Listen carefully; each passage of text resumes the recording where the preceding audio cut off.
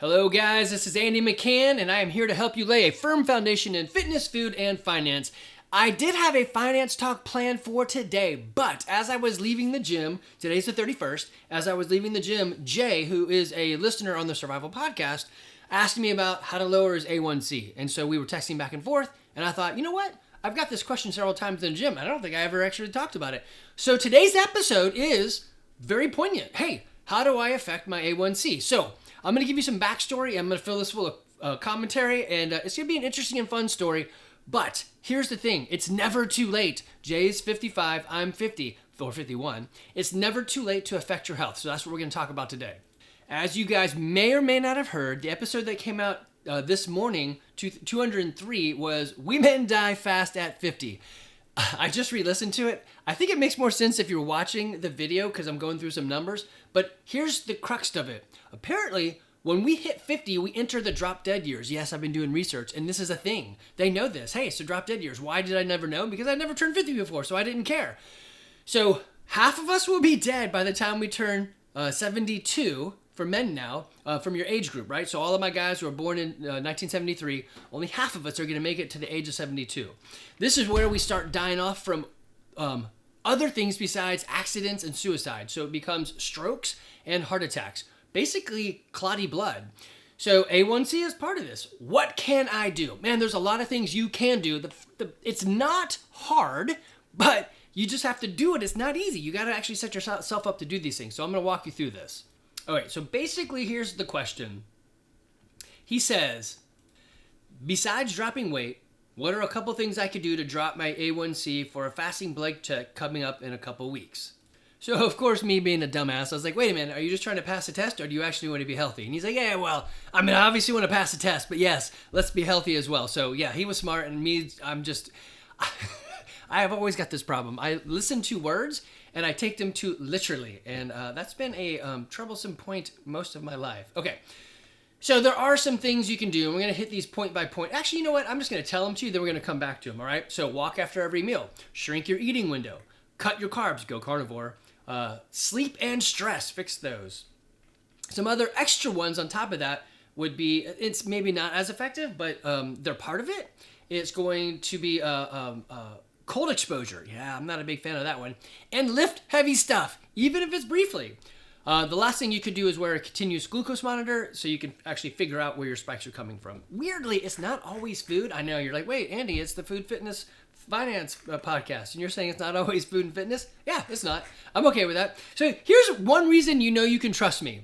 I have nothing to sell you. I guess if you live here in Woodstock, Georgia, you can come to the gym, so I could sell you a membership, but I don't sell anything else. There's no pills, there's no pushing, there's no, I don't know, whatever.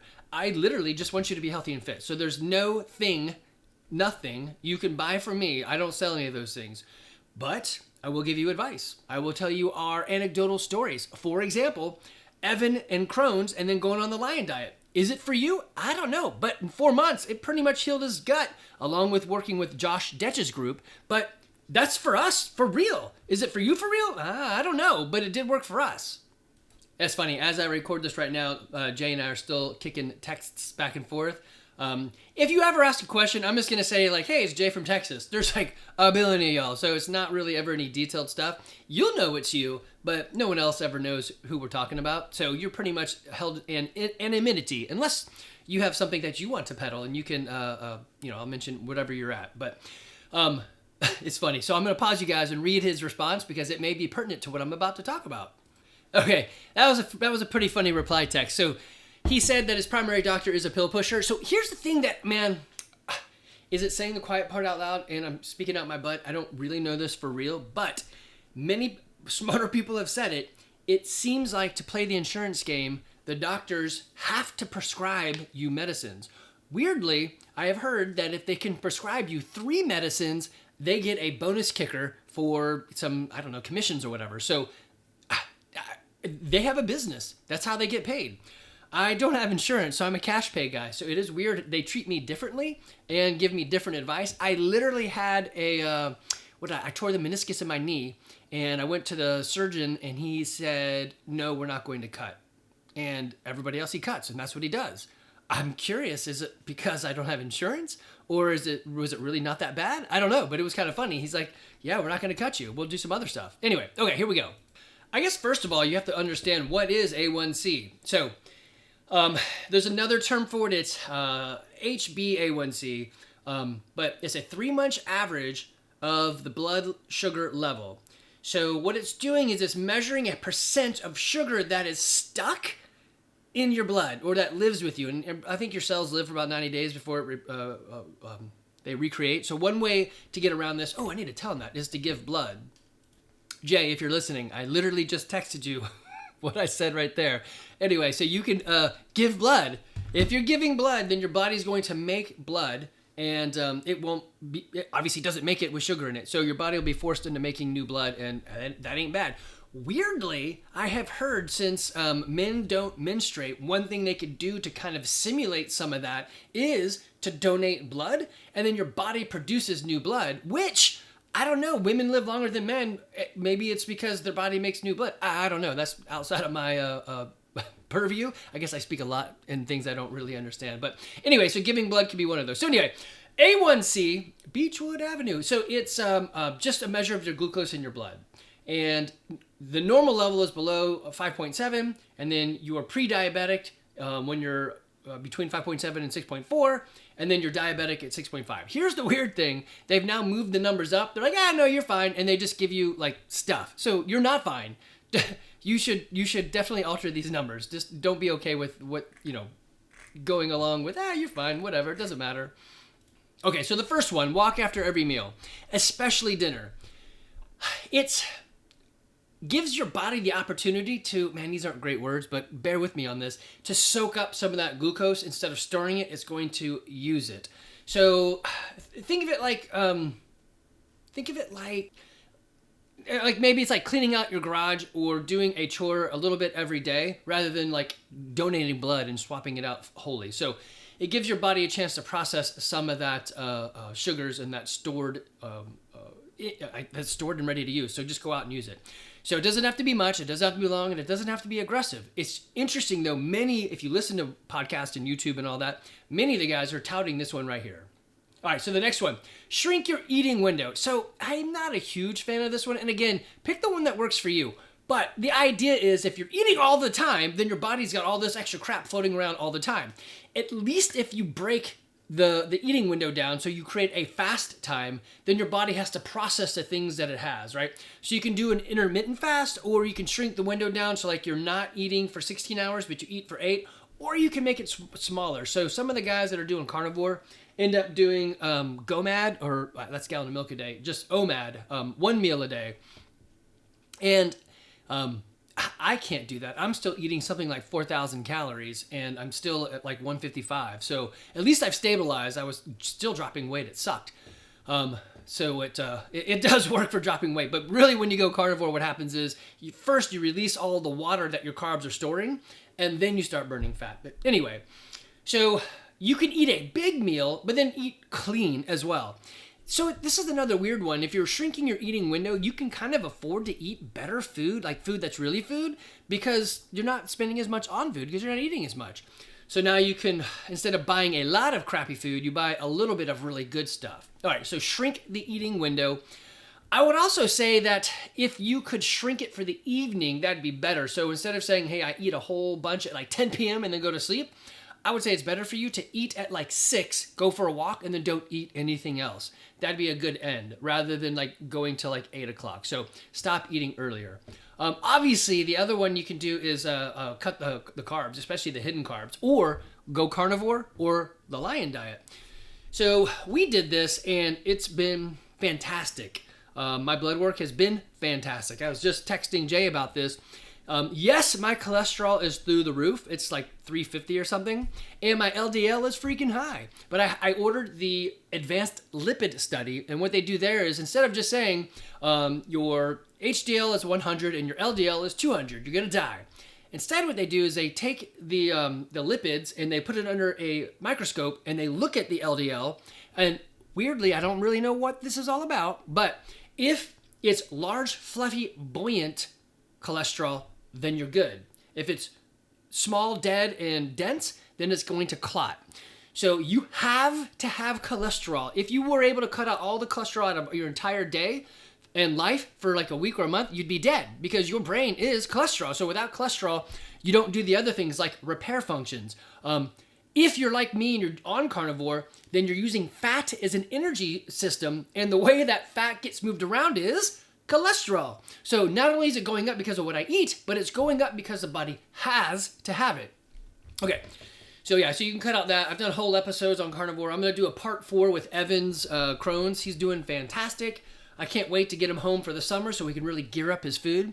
It's kind of tough at college. We've got him a condo for next year so he can cook whatever he wants and not piss off his roommates. It's kind of funny. His roommates are like, "You're eating meat again?" He's like, "I legitimately can't eat anything else. I will crap it out or barf it up." But they're like, "Well, that's okay with us." And he's like, "Yeah, you guys are dicks." So yeah, weird. College kids.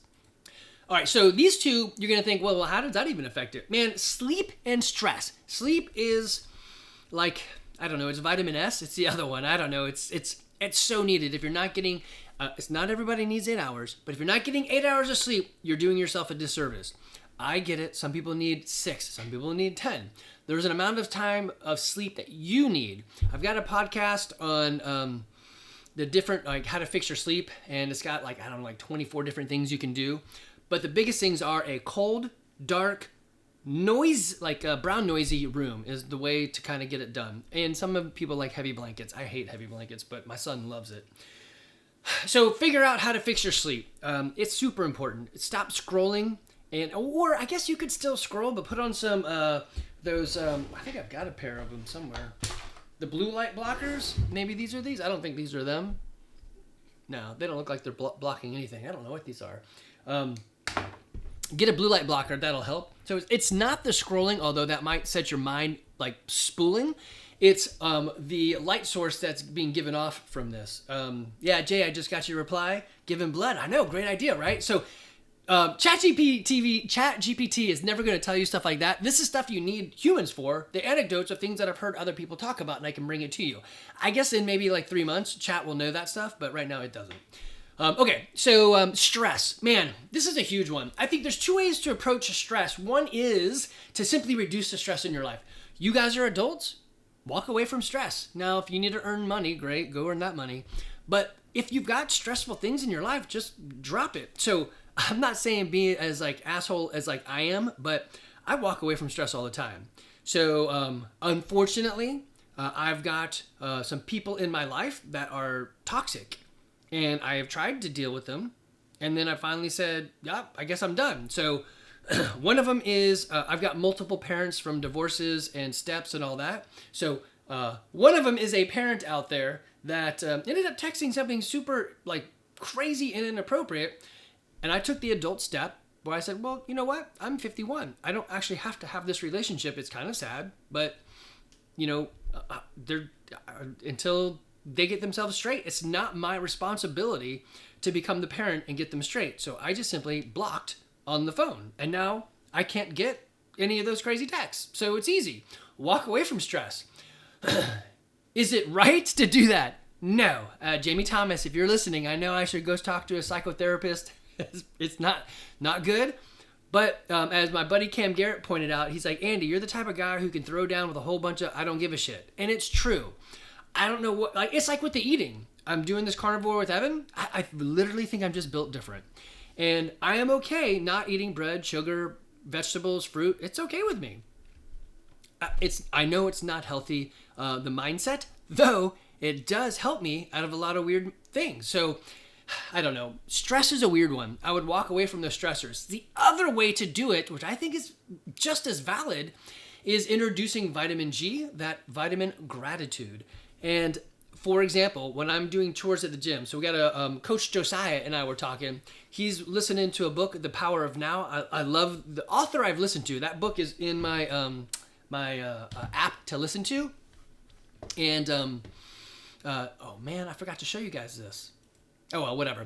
So vitamin G is a big thing. It's The Power of Now. Good book. If you guys use Audible, man, it's fantastic. If you're watching the video, I'm sorry. I've been stuck on the same slide over and over.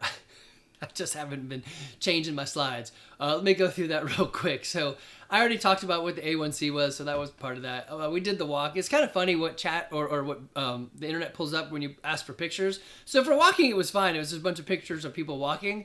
And then I did one, shrink your eating window, and its pictures are of windows because it doesn't understand what I'm asking. But I was curious, what would it pull up? This one's pretty good right here. It's got a clock. It's got a plate with a fork and a knife as the clock in the hands, and then it's got food in like the 3 o'clock position. So it's like shrinking your eating window. That's actually a really good picture of shrinking your eating window. Well done, whoever put that one together. Going carnivore, I like the pictures here. It's a lot of pictures of wild cats. So leopards, actually they're all leopards. There's no lions. Oh, there's a lion and a tiger. And oh, there's some sort of snowcat. What do you call those? A lynx or a minx or a sphinx or something like that? Oh, and some hyenas. Those are carnivore. So, good pictures. Thank you, Brave. I use Brave browser. I don't know why. Somebody said it's more secure. I don't know if it really is. And then here's a sleep one. This one was easy. Chat pulled up pictures of people sleeping. Here's a guy in a sleep study. I actually did a sleep study once, and they're like, "Are you sure you should be here? You look pretty fit." I'm like, they said to come in here. It was Dr. Anitra. So Anitra Graves. She said, "Yeah, I'll do the sleep study." And it turned out like I had more sleep anomalies than anybody had ever had in there. They're like, "How are you still alive?" The problem with the sleep study was they had me sleeping on my back, which I'm a stomach sleeper, so I was shaking like a baby, like, ah, and waking myself up. So anyways, there's the sleep picture. And then the stress, they got stressed down right. So the part that I wanted to talk to you about in here, though, is the vitamin G and the Wim Hof breathing, or just box breathing. So you take an intentional breath of like 4 seconds in, you hold for 4 seconds, you blow out for 4 seconds, you do nothing for 4 seconds. So it's just a box you're making out of the breathing based on 4 seconds. It's pretty easy, and it really helps. It's so strange that just reducing stress can do this. So the other thing I was mentioning is when I do chores at the gym, so what Coach Josiah and I were talking, and I'm doing the chores, and he's like, "You're always doing your chores." So there's a gap between the 6 a.m. class and the 7:30 a.m. class of 30 minutes, and I usually do all the chores for the gym. And I said, and he's like, "You're always smiling when you do it," or something like that. And I said, "Yes, because I practice gratitude. So while I'm cleaning toilets or blowing out the gym, I'm just saying thanks to the stuff in my life." Yes, I do say thank you, God. I am religious. So, we're in the South. I think if you live in the South, you're kind of pretty much religious.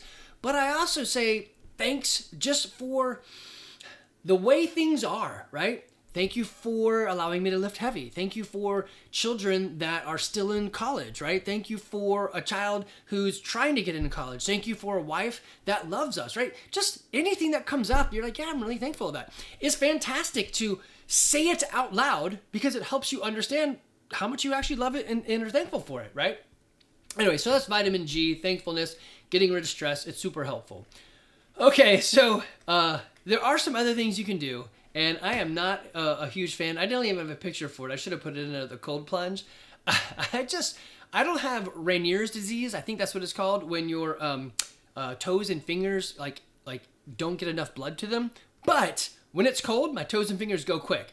So I'm just not a fan of super cold. But they say that cold plunges can do that. I think, at a guess, I don't know the science behind it. I think what's happening is your body starts to shiver. And so it's kind of like walking. Your muscles are doing a thing, and therefore it's helping you burn some of that. Plus, it's getting into that, what do they call it? Like brown fat. So it's not like the heavy fat, but subcutaneous fat. There's a word that I can't say. Anyway, so cold exposure. So that would be, for us in the South, you kind of have to have a bath for it because it's just never that cold. The other one, which I am a fan of, is lift heavy. If you have nothing, you can still lift heavy. It's called a deadlift. You take a bar, you put some plates on it, and you lift. So I did ask Brave, give me some pictures of lifting heavy.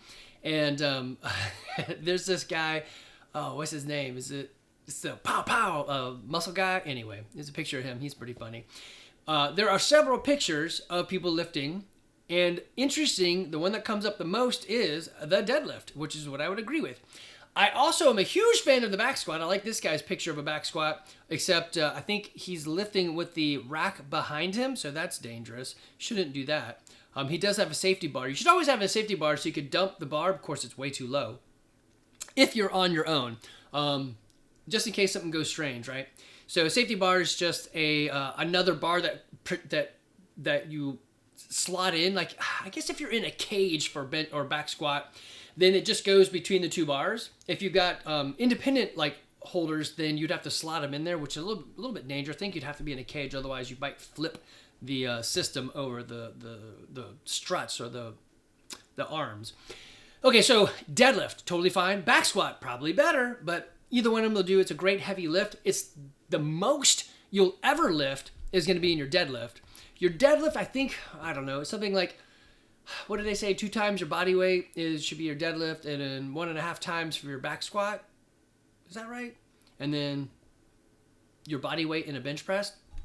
Anyway, the deadlift should be the most weight you could ever lift. And you'd be looking for something like a 5x5. And on that 5th one, you simply are like, I don't know if I can lift it, right? So the last one is a 4x or a 5x4 or a set of 4. That's what I'm trying to say. So you can follow Mark Ripeto's starting strength. And that would be super awesome. Hold on. You got to pause for some coffee and some coughing. It's what we use for the kids in the summer. It's just a linear progression model, which is a fancy way to say, add more weight next time. So you would do something like, I don't know, let's go with 5 sets of 10 1 week. The next week you do 5 sets of 8. And then the next week you do 5 sets of 5 of whatever that weight is. Like, call it, I don't know, 200 pounds. And then the following week you add 5 pounds and you do 5 sets of 10, right? And so you get the idea is, if I can do 5 sets of 10, then I push for 5 sets of 8. If I fail at 5 sets of 8, I stay there until I can get it, my body building up in strength. You don't do this every day. It's something you would do like every 3rd day. I've told you my secret, right? Of 20 years of doing this health and fitness stuff. The thing that I would say is, in your 1 week of working out, work out for 4 days. In those 4 days, 3 times squat below parallel. 3 times get out of breath, and 3 times lift something heavy. Now, it doesn't have to be ultimate heavy. It could just be an external load like I'm doing thrusters, right? So heavy is relative for what you're doing. You could do heavy 1 time, or I did a lot of things quickly, so heavy may be like, I don't know, 75 pounds, right? So it just sort of depends, but lift something outside of your body. Okay, a little tangent here. I took too long on that pause and forgot where I was, but so if you guys use AI, so I use a lot of ChatGPT. I pay for it. I use it a lot. And I should actually do an episode on this. I have used it in ways I just never thought it would work, and it totally did. For example, I have got a solar power system, and I had to change out my inverter to a Solarc. And anyway, in that process, it's never been exactly right, and I've been trying to fix the systems and the settings. So I was like, wait a minute. Could I just copy and paste the setting pages, there's like 5 of them, in ChatGPT and tell it what I'm trying to do and see if it'll answer me? It answers yes! So I've been able to reduce my errors through, it was overcharging or something. Like every day around 1 to 11, I would get all these errors. And following it and giving it more of the error reports, we've narrowed down what it was and how to fix it. It's fantastic. So anyway, my point in saying that is I use ChatGPT a lot. And I talk to it like it's a friend. And so now it's talking to me like a friend as well. So the other day I had it help me build a D&D episode for people. And he was like, make sure you yeet all of that treasure. I'm like, what is this? It said yeet. I don't even know what that really means. I'm 50. I know my kids knows what it means. But anyway, so it said, nice move, turning this into a podcast. So this question comes from Jay from the Survival Podcast audience. Anyway, I've made it into a podcast, and it starts off his answer, or its answer, whatever. It's a he now. His answer with this like nice move. That's hilarious. So I'm always friendly to him, and he's always friendly back to me. Okay, so yeah, if you're using ChatGPT, I'm just curious if you guys, how you talk to it.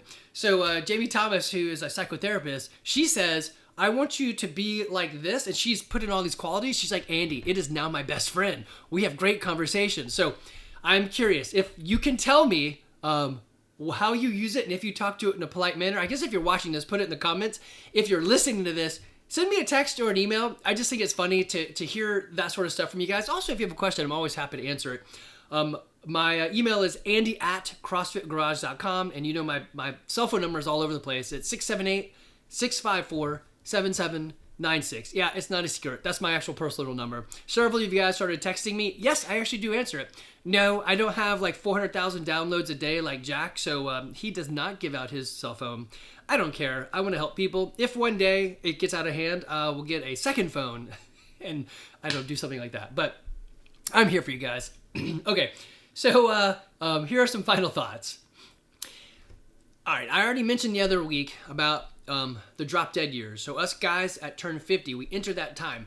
Weirdly, sometimes it doesn't even matter if you're healthy and fit because one thing you're doing is so far off. So I know guys that are huge into endurance running or biking, and then they die of a heart attack. You're like, well, wait a minute, that doesn't make any sense.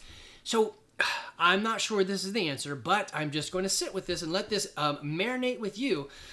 Typically, long distance guys are eating really crappy stuff. They're eating like super processed foods and high sugars to give them fuel. I don't eat any of that stuff. I just did a 10-hour adventure race and a 12-hour adventure race on fats and proteins, and it was totally fine. Again, I know I need to up my fat count in there because protein isn't necessarily a fuel source, but the fat is. So, yes, you need to not only be fit, but also be thinking about what you're eating, how you're sleeping, what your stress is. Okay, so we want to avoid stroke, heart attacks, diabetes, and all that. It's not terribly hard or complicated. It's just not easy. So here's another weird one. My buddy Cam and I were talking about this. Usually, the number one indicator of a heart attack is your first heart attack. And I think the stats are like 30% people of men die from their first heart attack. I want to look that up actually now. All right, I'll go find that in a second. Let me finish up this ending here, all right? All right, you guys, you don't have to go to the doctor to get your A1C checked. You go to one of those Any Labs or Quest Labs or whatever, and you can get that ordered and you can see yourself. Weirdly, if you don't know how to read your own blood work, you could actually just highlight it all, copy and paste it, put it in the ChatGPT, and it'll talk to you about it. So it is a good idea to do this periodically, not once a year, but like maybe once every quarter. And that way you can see what's happening in your blood. You do have to do it at the same time and under the same duress. For example, don't go in having eaten or worked out and then not the other time, right? So I would say go at 8 in the morning, fasted, and don't work out, right? That way it's the same all the time. They say, well, you drink coffee. I would say drink water and just put your big boy pants on and do the right thing. Make it hard this one time. Just don't eat anything, right? Stop eating at midnight. Go to the place by 8, get it done, and then go out and eat. Okay, so easy tips. Eat real food. Move your body after meals. Get some sunlight and get sleep. Lift heavy things. I love that. Lift heavy things, right? And give yourself space to recover and use something like intermittent fasting. So you don't have to go full tilt all the time. I only work out, like today's workout was 12 minutes long. That's it. So the rest of the time is resting and relaxing and recovering. Actually, I woke up with a sprained ankle. I don't know what's wrong with my foot. I was so fit that in my sleep, I twisted my own foot. I don't know how I did that. And so going to the gym was a little bit tough. I still went and just did what I could. And I moved. It's totally okay, right? 12 minutes of moving. Okay, what else do I want you to know? Oh yeah, I forgot. I was going to tell you the heart attack thing. So yeah, what's the first indicator of a heart attack? So I put it in chat because I didn't want to Google it. And it said, the first symptom of heart disease in men is often sudden death. So, I mean, that's horrible. It's the silent killer. There was Neil Bortz's guy. Oh, man. I can't think of his name. It's going to come to me at 3 a.m. tonight. He died of this. He died suddenly from his heart. And it was Royal Marshall. And so Neil Bortz was big on everyone to go get tested. All right, so no chest pain, no arm pain, no shortness of breath. You just collapse. And the lights go out, no warning. Sudden death. That sucks. Men, this is us. We turn 50. Here's your watch, and watch out for sudden death. The watch is for retirement. Sorry, some of you won't get that. Okay, so here's some stats. Oh man, it's even worse than I thought. About 50% of the men who die suddenly from coronary heart disease had no other symptom. That means 50% of you who get your first heart attack, it's your only heart attack and you're dead. That is horrible. Man. Oh man, this is fascinating. They're saying now that many of them had undiagnosed metabolic syndrome. So, whoa, what is metabolic syndrome? That's having a high A1C, high blood pressure, poor cholesterol, belly fat. Basically, that's saying your metabolism, changing food into energy, isn't working right. Ouch. How do you fix that? I don't know yet. Well, I do know, but we're going to go through a whole thing. This is going to be my year of keeping 50-year-old men alive. Okay, guys, it's not the end. You're 50. You've done a great job living your life. I am reading this book right now. It is called The Art of Conscientious Aging, and it's fascinating. So it basically talks about the 3 stages of life, or the 3 acts of your men's life. Women, you probably have the same ones too, but it's Act 1, it's the build-up. So it's basically up till like you're 22. You're kind of like setting that course. You're gathering your intel. You're creating intelligence and all that. And then like 25 to like, I don't know, maybe till you retire. So 50, 60, somewhere in there. You're accumulating. It's about you. And then the last act, you're all of a sudden like, well, dang, I've retired. Now my routines are different. The people that I thought cared don't care because they just wanted me to produce, and they said thank you with money, which is nice, but they really don't care. Here's your watch, bye-bye. And so you enter into this third act of your life, most of us without really thinking about it, and we go buy a Corvette or something, right? So I want to get into this third act conscientiously. I want to go on purpose. And some of it is like, I love it, Josiah and his questions at the gym. He'll ask a question before we work out. One, it's a get to know you thing, and 2, it's just interesting to know. But he said, if you were to retire, or if money was an object, what would you do? And immediately I thought, well, I would do what I'm doing right now. So that's nice. I'm already kind of there. But I said out loud, because I love them, I said, I'd probably do something with dogs. And I would. Like, I would turn my front yard into some sort of kennel and take all the Great Pyrenees out there that need space and places to roam and say, hey, come here. But I don't know. I don't know why I don't do it. I could do it, but I think I would need my wife to really sign off on that one. It's also very sad to see, well, whatever. It's sad to see dogs or humans out there unloved. And I don't know. I just really want to help. But okay, guys, you're not alone. If you're listening to the podcast, great. I'm a real human that will actually talk to you. Yes, I talk a little bit too fast. If you're watching this on video, yes, I am this guy. I am this energetic. My hair is gray. Actually, my wife's patches, these LifeWave patches, are turning my hair somewhat black. You can see there's some black in there. It's kind of weird. It does other stuff, but for me, that's fantastic. I don't have to use dye. And I tried that one time, and I actually ended up flicking dye on the walls and have like black spots everywhere. So like, whatever, I'm done with that. So then I just cut my hair and got it all out. But maybe too much information. So your A1C, it is something that you can affect. Weirdly, it seems like all the effects are the same way. Join a CrossFit gym. It's the biggest hack on getting stuff done. Just go to a CrossFit gym and listen to the coach. Go carnivore. These 2 things seem to fix so many things. Practice vitamin G. That right there, I think, does it all. All right, guys. Next week, I will probably do a one on finances. I meant to do this for 2 weeks in a row, and I just haven't done it. I also want to give you a part, I think 4 or 5, on Evan's Crohn's journey. Everything is going great. So actually, I had somebody reach out about Crohn's, and we talked a lot about it. So I need to do another episode on that to let you know where he's at. All right, guys, you take care. Again, I am here for you should you need it. If you're local or you're just popping into Woodstock, Georgia, come to the gym. Take care.